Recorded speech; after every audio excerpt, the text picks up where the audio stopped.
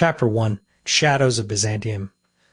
The wind howled through the ancient walls of Constantinople, carrying with it the scent of salt and smoke. It was the kind of wind that whispered of ending soft empires teetering on the edge of oblivion.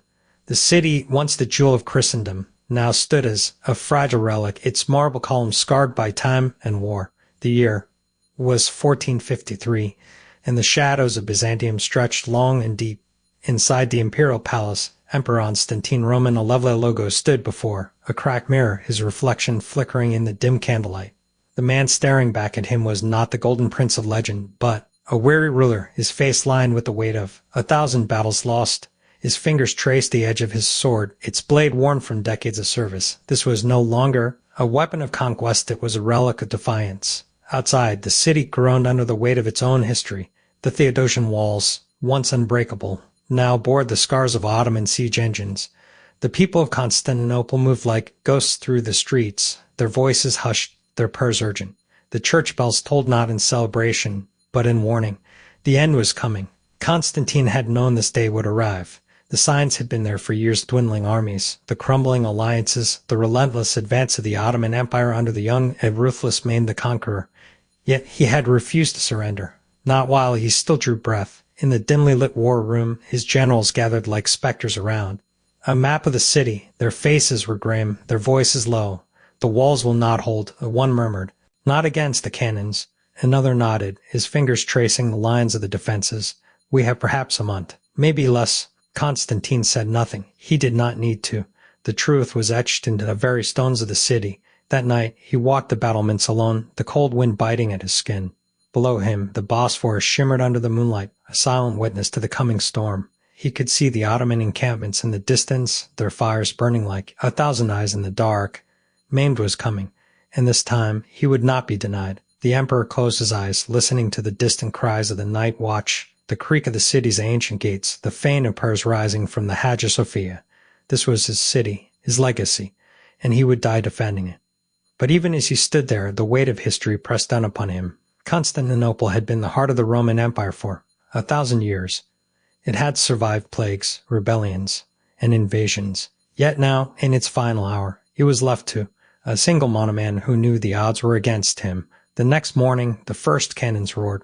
The sound shook the city to its core, a thunderous declaration of war.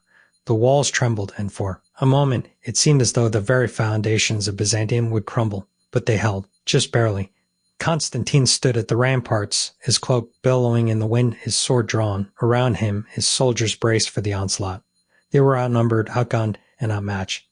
But they were Byzantines, and they would not go quietly. As the first wave of Ottoman warriors surged forward, the defenders unleashed a hail of arrows and stones. The clash of steel echoed through the streets, a symphony of defiance.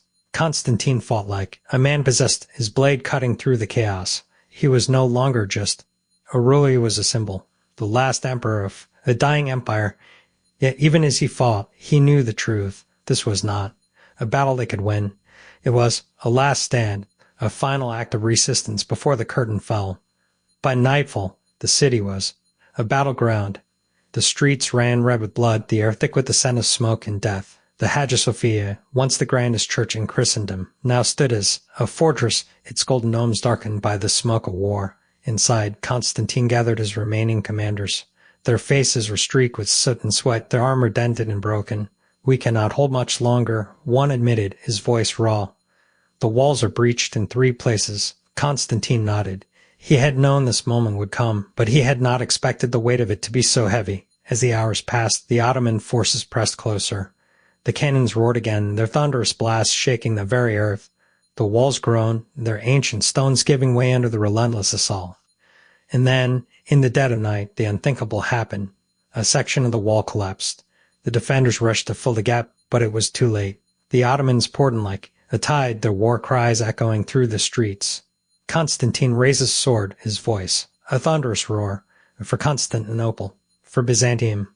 The final battle had begun.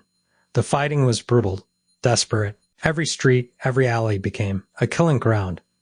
Constantine fought with the fury of a man who had nothing left to lose. He cut down Ottoman warriors with a skill born of decades of war, his blade, a blur of steel. But for every man he felled, 2 more took his place. As dawn broke, the city was in flames. The Hagia Sophia burned, its golden mosaics melting under the heat.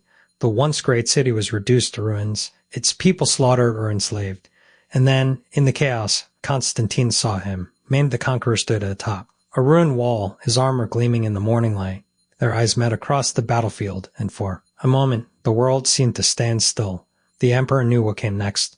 He had fought his last battle. He had given everything. With a final and defiant cry, Constantine Roman Logos charged into the heart of the enemy, and the last emperor of Byzantium was no more. The city that had stood for 1,000 years was now in ruins.